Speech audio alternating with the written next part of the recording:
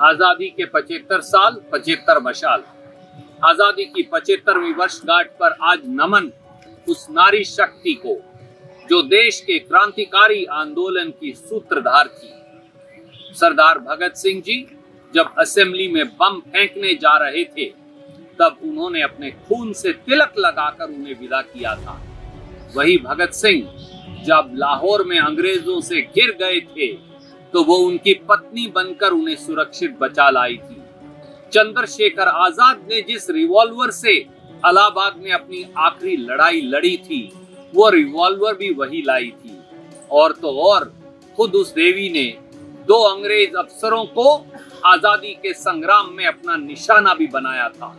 देश के क्रांतिकारी आंदोलन में नारी शक्ति के उस प्रतिनिधि चेहरे का नाम और कोई नहीं, दुर्गावती देवी है, जिन्हें दुर्गा भाभी के नाम से जाना जाता है। महान क्रांतिकारी भगवती चरण वोहरा की धर्मपत्नी होने के नाते सारे क्रांतिवीर उन्हें दुर्गा भाभी कहकर पूछते थे। आजादी की उस चिर प्रज्वलित मशाल को देश का और मेरे 100 सलाम। दुर्गा भाभी की शादी महज 11 साल की उम्र में हो गई थी और वो मायके और ससुराल दोनों पक्षों से संपन्न थी। पिता पंडित बांके बहादुर कौशाम्बी जिले के जमींदार थे। वहां ससुर शिवचरण जी को अंग्रेजों ने राय बहादुर का खिताब दिया था। दुर्गा भाभी चाहती तो आराम से सुख चैन की जिंदगी गुजारती, लेकिन आजादी के परवानों को अपने सुख चैन की फिक्र कहाँ। दुर्गा भाभी अपने पति भगवती चरण वोहरा के साथ मिलकर तन मन धन से मां भारती को स्वतंत्र कराने में जुट गई।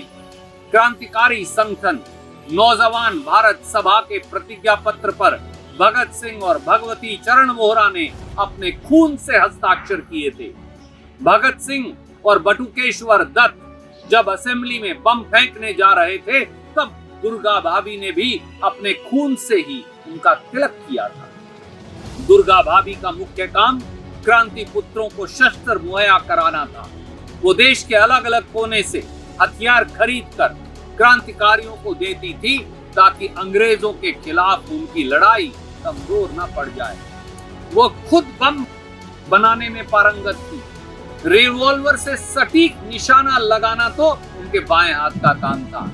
दुर्गा भाभी का शौर्य और साहस जितना विशिष्ट था उतना ही उनका बुद्धि कौशल। उनकी बुद्धि का लोहा लोगों ने तब माना जब सैंडर्स की हत्या के बाद वो भगत सिंह और राजगुरु को लाहौर से सुरक्षित निकालकर कोलकाता ले गए।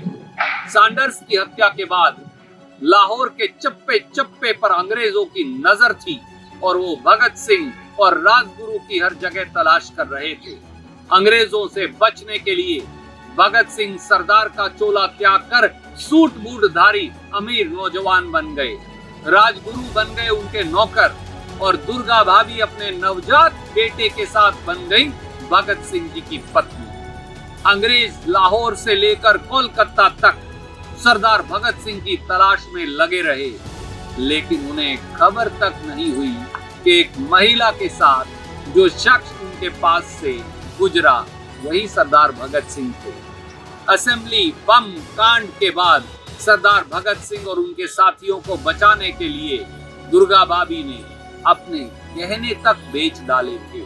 ये थी दुर्गा भाभी। दुर्गा भाभी ने और भी कई मौकों पर इसी तरह क्रांतिकारियों की मदद की।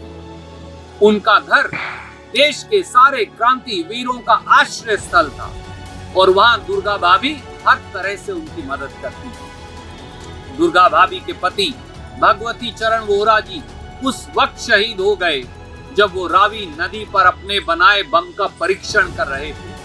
पति की शहादत के बाद दुर्गा भाभी ने खुद अपने हाथों में हथियार उठा लिए। ये थी हमारी रणबांकुराएं। उन्होंने मुंबई में वहां के गवर्नर और पुलिस कमिश्नर को अपना निशाना बनाया था।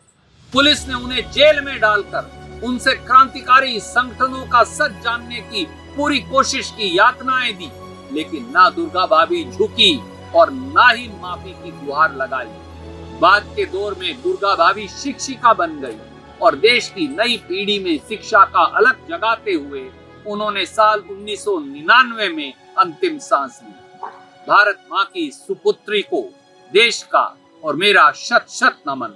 जय स्वतंत्रता संग्राम, जय भारत, जय हिंद।